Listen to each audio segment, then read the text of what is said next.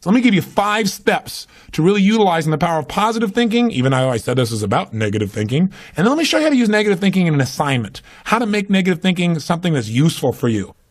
So step number 1, decide to develop the habit right now, the habit of focusing on what's right in your world instead of what's wrong. The habit of focusing on what you do have instead of what you don't have in a situation. And as basic as that is, and as well as you know it, you've got to make it a habit. Because those habits form the chain of your ultimate character, of who you become and how you end up living your life.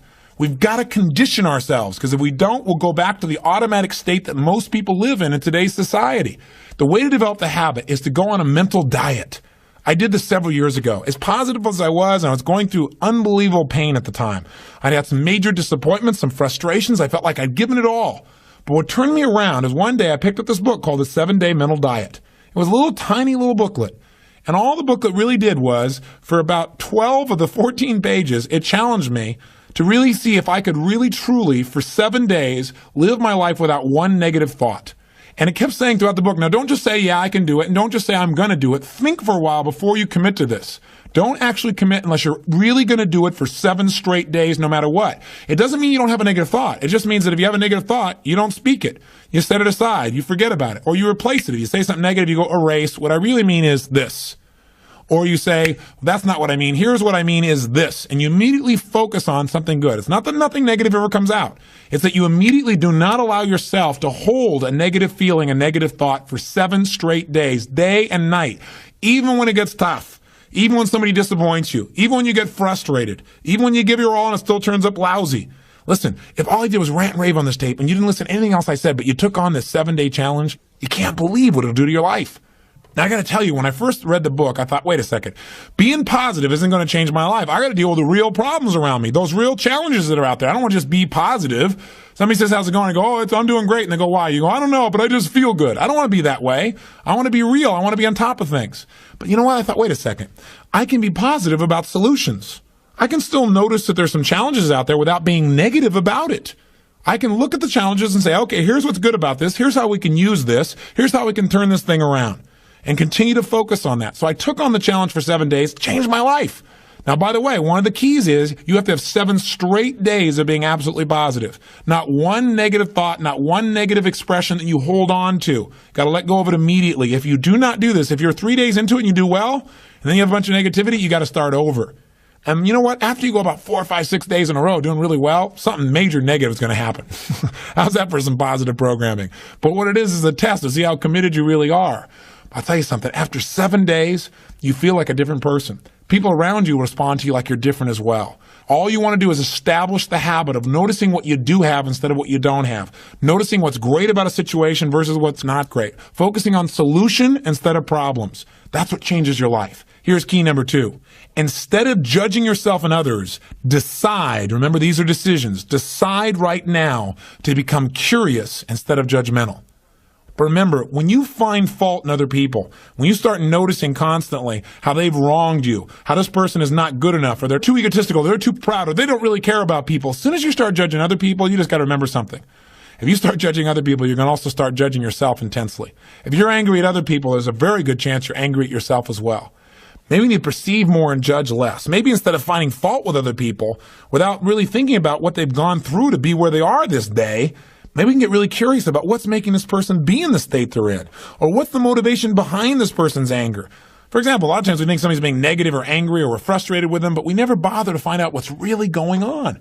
I know myself, I was at a party recently and I fell prey to this. There was a woman who came to the party. Everybody behind her back was talking about how unbelievably egotistical this woman is, how negative she was. But you know what? I sat next to her at dinner time and I got a chance to really find out who she was. I got curious about her. And I began to find out about all the pain she'd been through in her life. When I realized was this woman was just barely hanging on to her life. She just needed to know that people cared, but she was so afraid of being rejected that she put out this ego because she didn't want someone to reject her, so she figured she'd reject them first. And I got a chance to really know her, and she was a wonderful person. I'll tell you something else we've got to be careful of that ties in with this, of our being judgmental. Out of our fear of having heroes in our society today, we seem to try and consume them and destroy them as quick as we can. We try to find something that's wrong with our heroes because, boy, we don't want another Jim Jones. We don't want another Jim Baker. Remember, we got to judge less, perceive more. We got to get curious. Instead of living in a society where we're so afraid We're so afraid to believe in anything or anyone that we believe in nothing at all, and we lose our power of positive thinking. We try to protect ourselves from things we maybe not even need to protect ourselves from. Or we live in a society where we try and destroy our heroes, where we take somebody like Barbara Walters, an incredible broadcaster, a woman of incredible integrity, who gets nailed by one person in a book, and it's in every newspaper across the land, how she probably stomped on people to get where she was. That's absurd. Or Martin Luther King, after he's passed on, somebody comes back and stomps all over his career and his reputation. Is that the society we want to live in? Any person who takes glee in watching another person's pain will experience plenty of pain themselves. Remember the quote, "He who is without sin, let him cast the first stone."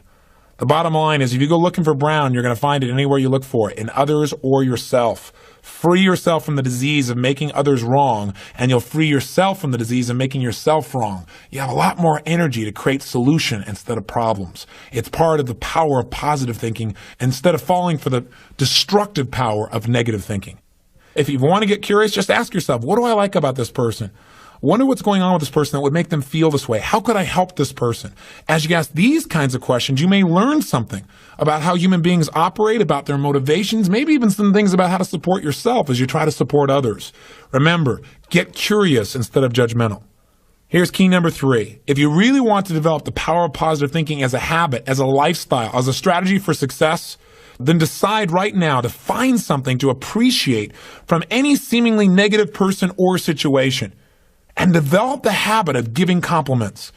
See, if you really want to have some more positive feelings in your life, you got to keep focusing on what's right. You got to get curious. And most importantly, you got to find something to appreciate even in the tough times. Because in reality, as we've talked about so often before, the toughest times in your life sometimes provide you with the real resources to change your life. So what we've got to do is find something to appreciate. Not someday when things work out. We got to appreciate where we are right now.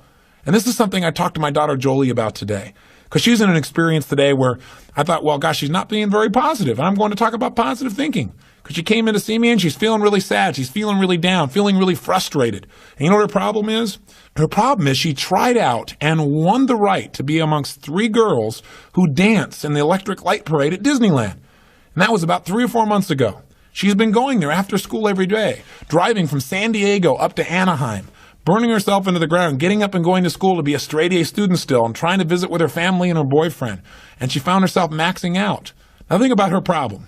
Her problem is that she gets to be at Disneyland and fulfill a childhood fantasy. Her problem is that she loves her family and wants to be with them as well. Her problem is she loves to be at school and really do that. Her problem is she has so much abundance that she has to figure out how to get it all in one day and she can't do it. And she's physically burning out. That's her problem.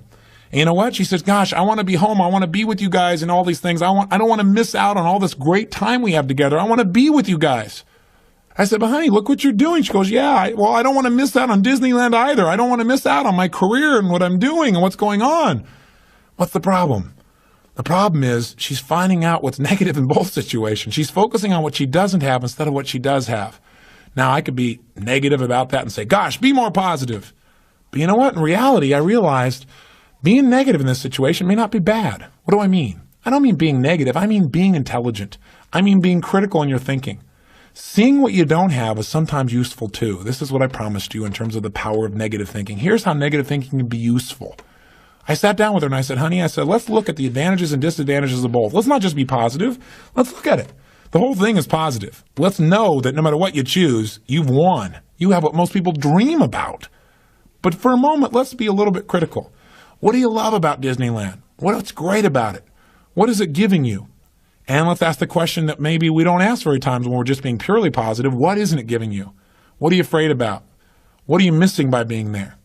What's great about being at home more? What's great about those things? What's not great about that?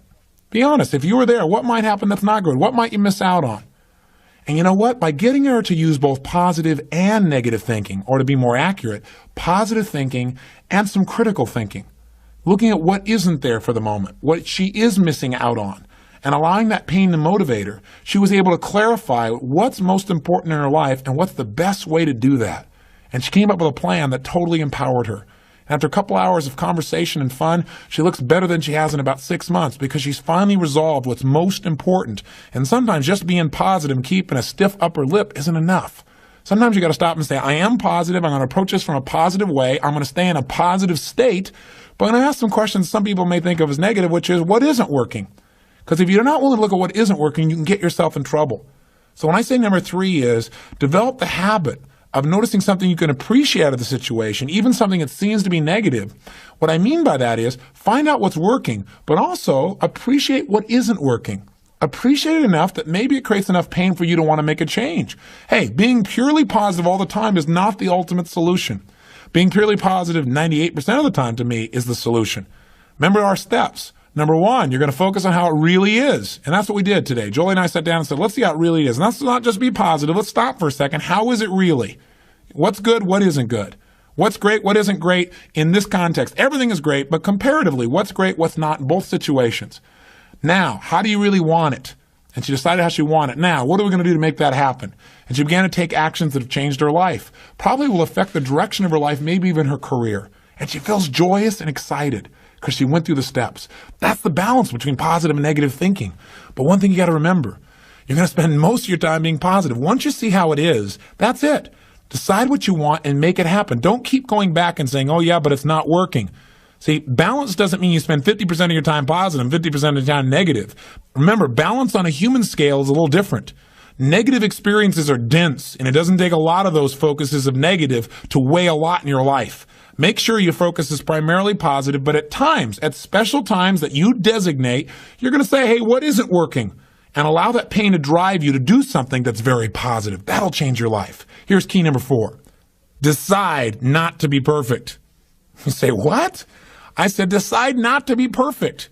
One way to make sure you're negative is always trying to be perfect. Because you know what? You're always going to notice you're not. Because you're this thing called a human being. When I talk to my daughter, Jolie, this girl works so hard to be perfect. Everybody seems to love her. She's a straight A student. She wants to be the very best at school. She wants to be the very best at home. She wants to be the very best at Disney. She wants to be the best at everything. And I'm trying to be the best constantly. In the past, she always noticed what wasn't perfect, and that created pain. So you can't do that. You're going to screw up. You're going to be negative. Things are going to happen where you don't follow through on what you know. You're going to make poor decisions. You're going to say things you shouldn't say, do things you shouldn't do, mess up like you shouldn't mess up. But you know what? When that happens, instead of being negative and beating yourself up and saying, boy, here's another example of me sabotaging myself, decide what you do want. And say, I'm not perfect, but I am good. And what makes me good and what makes me great and what can make me excellent is as soon as I notice I'm not on track, I correct it and I get better. Your goal each day is to get better, not to be perfect. And that's all anyone can ask of you. If every day you really try and contribute more, be more, and do more than you were slightly the day before, that's all anybody can ask. And if you know you're going to screw up and you don't make it a catastrophe, it's easier to bounce right back up. See, the only way you fail is if you quit. But if you learn something and you expand from it and you make some new decisions that enhance your life and the people you care about, then there is no failure. Don't try to be perfect because you'll never succeed. And here's the final one, key number 5. Decide to develop the habit of using the F word, faith. Make sure that you're in the position of utilizing the tool that really positive thinking is about. Positive thinking, I've said it over and over again, really is just the power to believe. And as you believe, so is it done unto you. As you believe, so it's created. You need to make certain that you create that certainty inside yourself. And you know what? You and I both know there are going to be times when it looks grim. And the only power you really have is that power to have faith. To step forth and say, I'm going to put myself on the line. I'm going to have the courage to overcome my fears and to take action, even though it may not work out. Even though I may put out my love and it may not be reciprocated, I'm still going to put myself on the line. Because if I don't, that's the only way I can fail. See, without faith, nothing exists. And remember one more thing. No matter how bad it seems, this too will pass. That you've made it this far. You've been through tough times. Times when you didn't think you could pull it off. And you've made it. If you've made it through all the challenges of your past and your life still works, you still seem to be somewhat happy, you're still standing, as they say, then gosh darn it, you're successful. And you can make it through this too. It's the thing that'll pull you through. Faith is still the power. It's your ultimate power.